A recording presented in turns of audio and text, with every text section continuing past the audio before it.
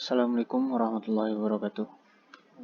Perkenalkan, nama saya Dwi Nur Fajar, NIM 2016 1037 03 111 33. Pada kesempatan kali ini, saya akan mencoba mempresentasikan tugas akhir saya yang berjudul Perencanaan dan Optimasi Lintasan Robot Sepak Bola Beroda dengan Algoritma Astar dan Gradient Descent. Selanjutnya. Masuk ke latar belakang. Latar belakangnya saya mengambil topik ini adalah kontes robot sepak bola Indonesia KRSBI Beroda yang diselenggarakan oleh Kemendikbud tiap tahunnya. Event ini sendiri bertujuan untuk mengasah kemampuan para mahasiswa di bidang elektronik, sistem kontrol, pemrograman, dan lain-lain.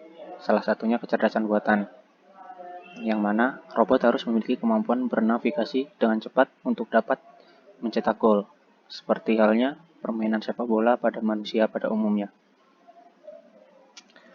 Kenapa Astar? Di sini sudah dijelaskan di penelitian sebelumnya yang menjelaskan bahwa Q-learning memberikan solusi yang optimal namun membutuhkan proses yang relatif lebih lambat. Selanjutnya, algoritma Dijkstra juga sudah dipakai dalam penelitian sebelumnya. Namun, Dijkstra membutuhkan lebih banyak waktu pencarian dan Astar membutuhkan waktu yang lebih singkat. Itulah kenapa Astar dipilih sebagai algoritma path finding atau path planning-nya. Kemudian kenapa dia harus dioptimasi? Di sini optimasi bahwa jalur yang dihasilkan algoritma Astar memiliki belokan yang sudut tajam tidaklah sedikit. Jadi untuk memperhalus lintasan sekaligus mengoptimalkan panjang dari jalur yang dihasilkan algoritma Astar itu sendiri. Selanjutnya rumusan masalah. Yang pertama, bagaimana mensimulasikan algoritma Astar pada robot sepak bola beroda. Yang kedua, bagaimana mengoptimalkan lintasan yang dihasilkan algoritma Astar. Tujuan dari penelitian ini adalah menghasilkan algoritma rute gerak yang optimal dengan memanfaatkan algoritma Astar dan path optimization gradient descent pada robot sepak bola beroda. Batasan masalahnya adalah yang pertama, membahas simulasi rute gerak yang optimal pada robot sepak bola beroda. Dan yang kedua, obstacle yang digunakan bersifat statis.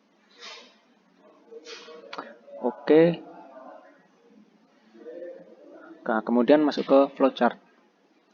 Flowchart dari sistem ini adalah yang pertama, sistem akan meminta input titik awal dan titik tujuan dari robot untuk dimasukkan ke dalam algoritma. Yang kemudian input obstacle, di mana posisi halangan akan diletakkan. Setelah itu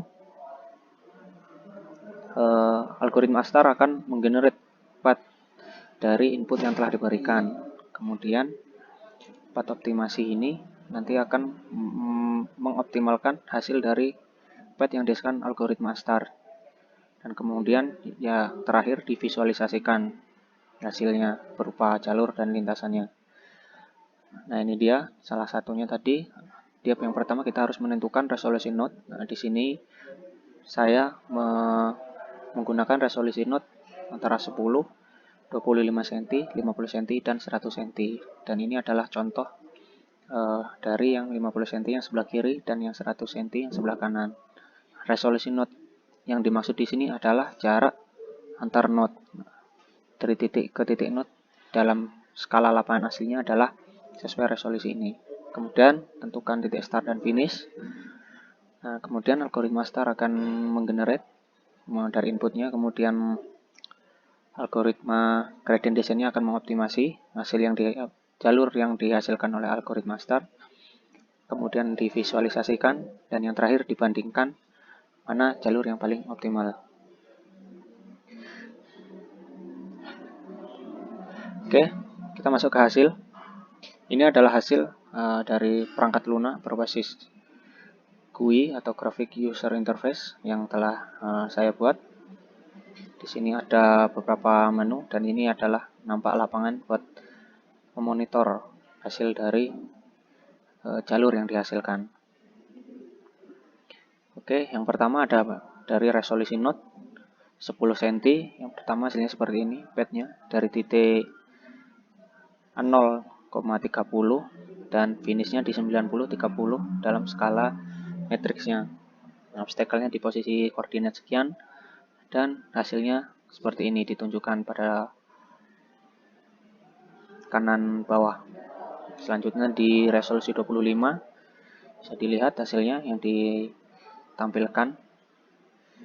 Kemudian di resolusi 50 cm. Di sini yang merah adalah jalur yang dihasilkan algoritma STAR.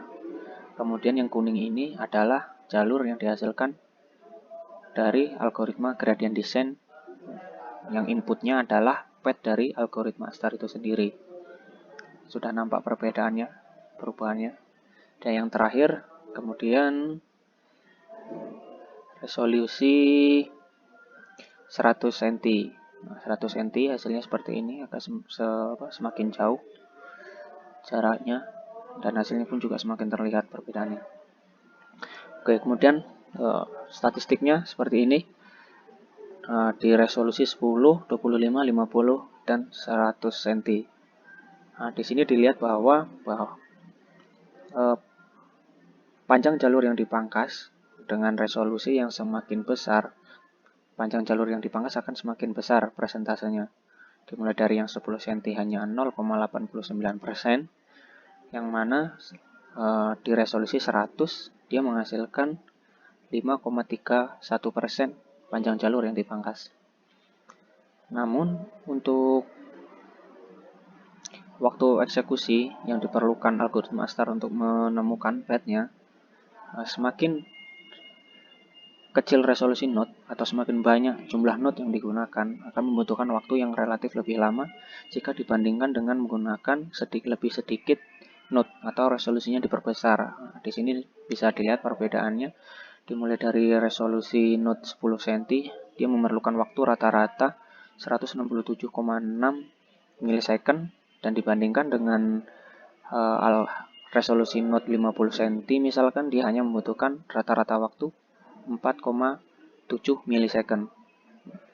Namun untuk algoritma gradient sendiri di setiap resolusi dia hanya memerlukan waktu kurang dari 1 milisecond. Rata-ratanya kurang dari 1 milisecond.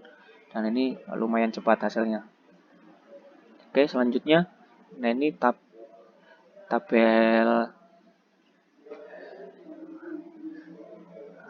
perbedaan panjang jalurnya. Di sini di node 10 cm.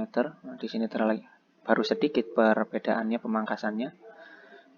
Dan yang 25 cm lumayan kelihatan, 50 cm agak lumayan kelihatan, dan yang 100 cm sudah lumayan sangat jelas terlihat perbedaannya.